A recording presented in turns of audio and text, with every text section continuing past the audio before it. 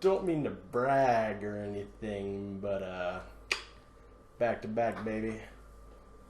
No, but in all seriousness, today marks the 75th anniversary of the D-Day landings. They took place on June 6, 1944, and had 5 beaches made up of actually a lot more forces than you know, or maybe you know, but it's more than just the Americans, the Canadians, and the British. I believe there's over at least 10 allied nations involved with the D-Day landings. That's counting a single ship of a certain country, or just other countries as having men, material, equipment, etc., just around the D-Day landings helping out. But still, it is important to note that it wasn't just us, and it wasn't just the British and all of their colonies, or commonwealths, however you want to call it. But the focus of this video is to talk about all the great ways you can experience D-Day. And by great ways, I mean not great because it was actually a horrific time, but it's one of the greatest triumphs in human history, I would say, especially in recorded history, well-recorded history. And that there's so many ways in entertainment that you and I can relive it. And I'm just going to go through them all. There's going to be video games, there's going to be movies. You might have seen some of them, you might have played some of them, you might have listened to some of them, or you might have visited some of the places, because I might do a museum or two. I just want it to be known that I'm making this because I think of it as such an important part of history. It is something that you and I should never forget. As we lose the generation that did the landings, that planned it, that fought in it, we're losing those men and women day by day. There's going to be a time in our generation that there'll be no one left from this generation. Like, there's going to be nothing. The only thing that's going to be left is stories and how we remember it in entertainment and how we can replay it, rewatch it, and stuff like that through the eyes of the men that stormed the Normandy beaches. I say men, there were women that died on the Normandy beaches, not on the beaches themselves, but on, I believe it was 1 or 2 medical ships that were sunk during the channel. I'm not sure, I can't remember, because it was in a tour I had a long time ago when I visited Normandy myself. I can't remember if it was torpedoes, mine sweeps, accidents, something like that. But I think there's 3 or 4 women buried in the American cemetery near Omaha Beach. I might be wrong on that, because it was a French tour guide, and sometimes his English was bad, but that's what I was told, at least through a historian. You hope and believe that it was telling the truth the entire time. But anyway, so I think one of the biggest things that you could do if you wanted to experience D-Day in all of its horrific sins is to watch Saving Private Ryan. Now, the entire movie is about a group of guys going to look for one man. This one man had all of his brothers lost, and there is a U.S. policy that was created during World War II that if it's called the sole survivor, I believe, where if you had a family and all the men were out serving, if all of them but one died, that one would get sent home. And this is because during the Guadalcanal campaign and during World War II, an entire set of brothers, I think it was 4, I believe, Solifans, I think what they were named, were on a ship, one ship together because they wanted to serve together, and it sunk and all 4 of them passed away. And so because of that, the United States, because of a big kind of backlash of people in the public, said you can't do that anymore. You have to be separated so all the brothers and all the men of the family cannot die in one battle. Makes sense. And so that's where this rule came from, and that's kind of where the inspiration of this story. Now, a lot of it's fictionalized, but the main focus in the first 20 or so minutes is the D-Day landing. And someday I'll review the actual movie itself, along with most of the things I will talk about in this video. But just the way that it is shot and how it doesn't shy away from some of the intense things, a man losing his arm and trying to casually look for it just to pick it up with his other arm, men getting blown up, men getting shot. There's only like maybe 1 or 2 historical inaccuracies, and one is just when they're coming in the ships, it's an American saying 30 seconds until landing, whatever. It should have been a British guy, and then there's bullets hitting the water, and the bullets go through the water, and that's not historically inaccurate, that's just scientifically inaccurate.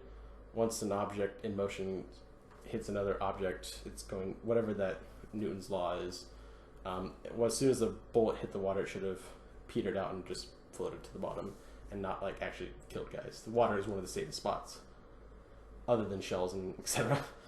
And the fear of drowning too. But it's such a horrific, realistic look at what D-Day would have been like. The movie is stylized so much that there's not any other units per se. There's not British units, Canadian units that I can remember. If so, it's very little. It's mainly focused as Americans. So if you want more of the different sides of the battle, then I would suggest The Longest Day. It's a bit older. It's got a John Wayne in there. And I believe it's pretty long, at least in terms of back then. But it's really good at showing multiple different stories and multiple real stories of D-Day. Obviously a little bit fictionized, but it's still a good watch, a classic watch as well. It doesn't have the horrors of the World War, but it does have cool character moments and cool set pieces and historically accurate stuff throughout it as well. And that the entire movie is D-Day itself. I think it might go into D-Day plus D plus 1 or plus 2, as they called it, after the days after D-Day. So that's also great. Another great series of episodes to watch is Band of Brothers. It has an episode that's kind of leading up to D-Day and how they kept on getting canceled, and then the actual drop, and the days after D-Day in Karaton and other important junctions. It's also amazingly great. I think technically you could watch 2 episodes of it and still be involving D-Day stuff, and it's just amazing. It's beautiful. It's well acted. It has a high budget, so it feels like you are watching a movie, and really kicked off HBO in my eyes in terms of, wow, they actually could do pretty legit stuff. And so that's also great. So 3 great movies there. Obviously there's a ton more, maybe a couple of ridiculous ones like Overlord in there, but those 3 are really good starting points if you want to get involved with D-Day stuff. A couple great games. There's a ton of them, but I think a couple standout ones is Call of Duty 2. It has the Rangers of Point du Hoc scaling the cliffs and taking over the beachhead. Well, beachhead, it's really just a cliffside. And then advancing in and destroying a couple of guns. That's coming to light recently about history of how they shouldn't have landed there and they should have gone after a couple other gun emplacements. But besides that, it was still a heroic action where you were looking up, and I've been there. It is up there from the beach, looking up at the hill that they climbed. Some of them couldn't even climb a rope or ladders because all of them broke or didn't work or got sunk in the sea, and some just climbed up using bare hands and like a knife, just going up there. Like, God, they're psychotic badasses. And just playing it in video games just makes you feel like a badass. You know, obviously it's a bit ridiculous, that concept that I could recreate the feeling of what they had, because it's obviously nothing in comparison, but just as close as I can get, obviously without having to fight Germans on a beach on a hill. So it's as close as you can get, and it's an amazing level. And the game is too. A bit older, but still. There's a bunch of Medal of Honor games and Call of Duty games that go over the years. There's games that you can recreate it, like Hearts of Iron and stuff like that. But I think Call of Duty 2 just has a really great one. No, Call of Duty World War II also has a great one. Obviously, it's a lot more high definition and more detailed because it's a decade difference, maybe something like that, in terms of making it. But it's still superb in terms of that feeling of shell shock, that feeling of, oh gosh, like there's a lot of crap going on.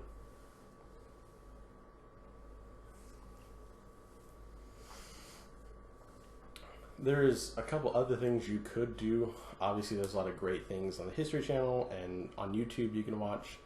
Some great books. I'm reading a book right now that is essentially all about Hitler. Kind of weird that I'm admitting that, but just watching how he came to be in a negative way, like just so like you could see that how his upbringing created such a monster is interesting. And there is parts of that with D-Day and his side of it and the German side of it, and it's very interesting to see that side of it as well. And for any of those who want to see the entertainment in a different sense of a museum, there's a great museum down in New Orleans. There's a couple ones that throughout the United States, if you look for specific units, you can go find interesting stuff. The Big Red One, 101st Airborne, 82nd Airborne, stuff like that. You can go find stuff. Obviously, there's going to be more museums about specifically D-Day in the Normandy, France region, and I've been there, and there's a ton.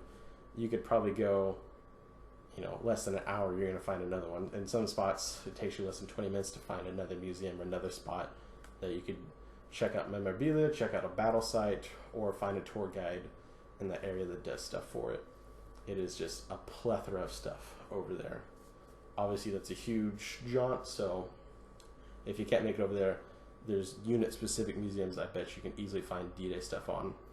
Or just look it up. There's so much stuff out there with the modern-day internet and everything like that. There should never be an excuse that you and I should never remember D-Day. It's such an important aspect of history that should never be forgotten, that with all the entertainment you and I can go play on, go watch and listen. There's so many avenues that we could remember this history and experience this history in the best way we can and the safest way we can without ever repeating that history. And just, if you can get your hands on any of these games, great. If you can't, go watch something on YouTube just to see what it'd be like. Obviously, it'd be better if you could play it, just to feel the vibration of the controller in your hand. But if anything, watch Saving Private Ryan, just the first 20 minutes of it. You could probably find it on YouTube or somewhere else on the internet. Or find an interview of a guy that landed on D-Day and what it was like. Okay, a couple beaches, it was kind of easy. They literally rolled up on the beaches with a bike and like, chip, chip, cheerio. And a Frenchman came out with like a baguette and was like, about time you guys came. So that is still important, because they would go on and later fight throughout the Falaise Gap, or whatever you want to call it. I always mispronounce it horribly. And the Battle of Caen, Battle of Carentan, Battle of Cherbourg. So like, me joking about a guy rolling up on a beach, not fair, because those guys immediately almost started getting into the thick of it a little bit later on.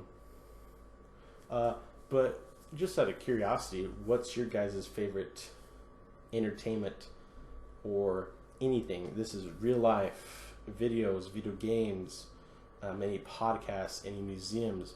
What is your favorite thing, or ever like your favorite thing you've ever seen or experienced, or something that you wish you could show someone else to learn that history? I want to know. Me personally, obviously, it's probably going to be museums I saw in France. But if I couldn't pick those and I had to pick something that you and I can also experience at fairly low cost, I might have to say Saving Private Ryan. Just that beginning scene is so intense and just... it's scary what men can do to each other. And that's the importance of remembering it on its anniversary.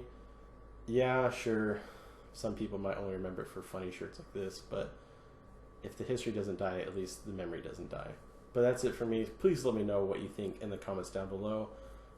I don't really do a lot of these. I just really think this is a very important aspect of history. It's very important for us to learn and remember, and pass on that information on to future generations, so that that type of situation never has to occur again. The largest armada ever seen in humankind, hopefully only will ever be seen 75 years ago on that fateful day, June 6, 1944. I hope never to see something like that ever again. Yes, we can be inspired by it, learn of the heroics, learn about it, study it, to never let it happen again. And that starts with us remembering it by whatever means we can. That's it for me. I just want to get this out there on the anniversary. Let me know what you think down below in the comments. Thanks a lot for watching. I'll see you guys next time.